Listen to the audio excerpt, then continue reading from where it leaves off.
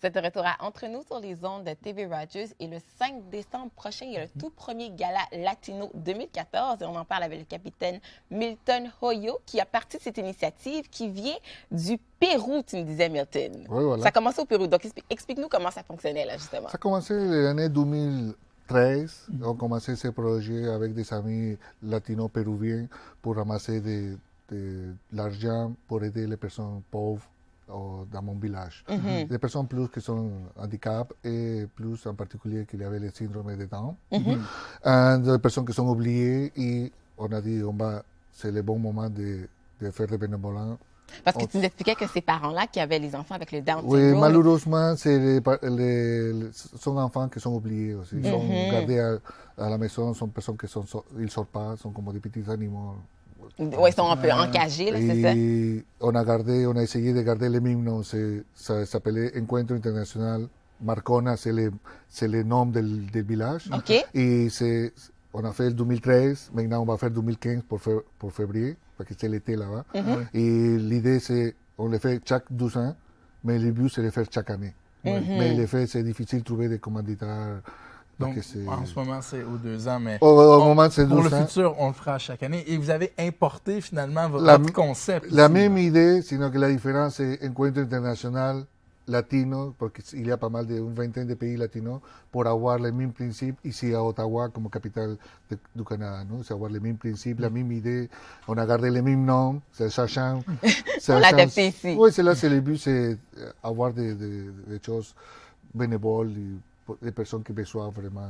C'est ça, parce que tu disais l'important, c'était pour aider et redonner à la communauté. Donc, vous, en l'important ici, vous redonnez aux anciens combattants. Oui, maintenant, on a ciblé pour cette année, comme le fait qu'on est militaire, parce que moi, je représente le côté francophone, latino-francophone, et mon collègue, Capitaine Garcia Salas, il représente le côté anglophone. Nous, on a ciblé Perlins Rideau, les vétérans, centre d'accueil pour les vétérans. On a ciblé comme objectif pour donner l'argent, le surplus d'argent pour ces institutions. OK. Puis là, comment ça se passe là, la soirée? Qu'est-ce qui se passe dans ce gala? C'est vraiment, c'est la première fois que ça donne au Canada. C'est de 6h à 7h, c'est la réception avec des mariachis. Il va y avoir des mariachis à la réception. Après, la personne peut s'asseoir parce que de 7h à 8h, on va avoir 5 groupes de danse, de danse latino, que ça va jouer le groupe de Venezuela, Colombia, Pérou, Mexico. Ça va jouer des danses typiques. On va habiller d'une façon habillée de 7h à 8h. 8h, la personne prend un relax, ou bien le dîner de gala. Ben, de toute façon, c'est sûr qu'il faut relaxer parce qu'une heure de danse latine, on va avoir chaud à regarder ça. Là. Oui, mais c'est différent. Ça va être, il y a un DJ aussi entre-temps. C'est plus que la personne, il faut se changer. C'est plus pour que les personnes, les Canadiens, découvrent la culture. Parce que c'est différent. C'est pas un pays en particulier. Le fait que je suis péruvien, ça ne veut pas que je vais transmettre seulement la culture péruvienne. Le but, c'est transmettre la culture latino comme telle. C'est ça. Donc, c'est vraiment pour rassembler les gens, autant les latinos, peut-être qu'ils ne savent pas qu'il y a un genre d'événement comme ça. Est-ce que vous trouvez que les latinos ici, on est peut-être un peu dispersés? Le but, c'est mettre rassembler tous les latinos et pas adresser seulement aux latinos. Et adressé à toute la personne qui voulait découvrir, la bouffe, ça va être la bouffe latino aussi. Ça va donner on a eu beaucoup de contraintes par rapport à la bouffe, mais on a réussi à donner la bouffe vraiment latino. Mais peut-être tu nous disais aussi qu'une partie très importante aussi de cet événement-là, c'était pour montrer les latinos dans les forces armées canadiennes. Oui, l'idée, c'est le fait qu'on est dans la minorité visible comme latino. Le but, c'est de montrer les immigrants de première et deuxième et troisième génération, les tabous qu'il y a, les mauvaises réputations qu'il y a comme militaire dans notre pays d'origine comme bien.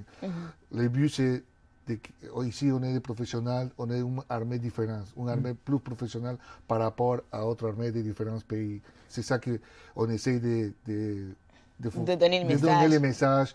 Et la chaîne de commandement, ils sachent les objectifs, ils sont d'accord avec ça. Mais moi, je trouve ça vraiment intéressant parce que c'est vrai que dans certains pays, la réputation de l'armée, c'est pas joyeux comparé à ici, comment ça se passe. Et comme tu as dit, les immigrants, ils arrivent ici avec une idée préconçue. déjà préconçue. Et puis toi, tu as fait le pas, tu as décidé quand même de t'engager et de voir que finalement, c'est pas du tout comme ça Et ici. aussi, les parents, ils transmettent à les enfants, de deuxième génération, ils transmettent. Ils savent de génération en génération.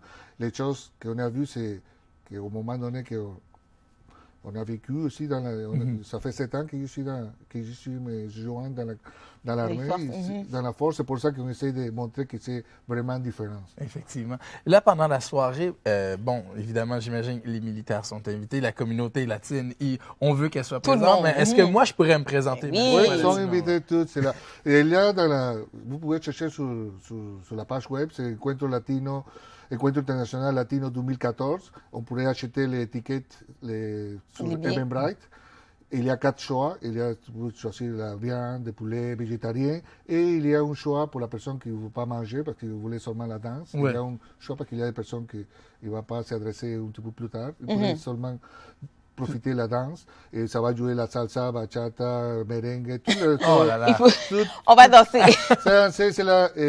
Ça va être un environnement plus, ça va donner en espagnol avec une traduction en anglais pour adresser un petit peu en français, dépendant de la communauté aussi, mais le but c'est... Puis là, on souhaite refaire ça chaque année. Cette année, tu dis les fonds ramassés vont au centre de santé Pearly et Rideau pour les anciens combattants. Donc l'année prochaine, vous risquez de changer de... C'est chercher une personne ou une entité. Nous, la chose c'est, dans la communauté latino-américaine ou la communauté canadienne, pour nous, ça ne dérange pas.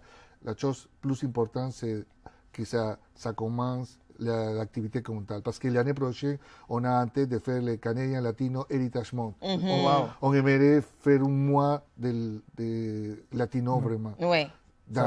C'est un projet qui c'est comme un deuxième projet, mais on aimerait commencer au mois au départ avec ça. Avec les voilà. Merci beaucoup. Merci à vous aussi. Donc, le Gala Latino se passe le 5 décembre au Palais des Congrès de Gatineau. Nous, on fait une courte pause et on retourne, on parle à un jeune homme qui est très impliqué lui aussi dans sa communauté, M. Patrick Twagui Arizo, qui nous parle de son tout récent prix pour le Outstanding Individual Youth 2014. Vous écoutez Entre nous exclusivement sur les ondes de TV Rogers.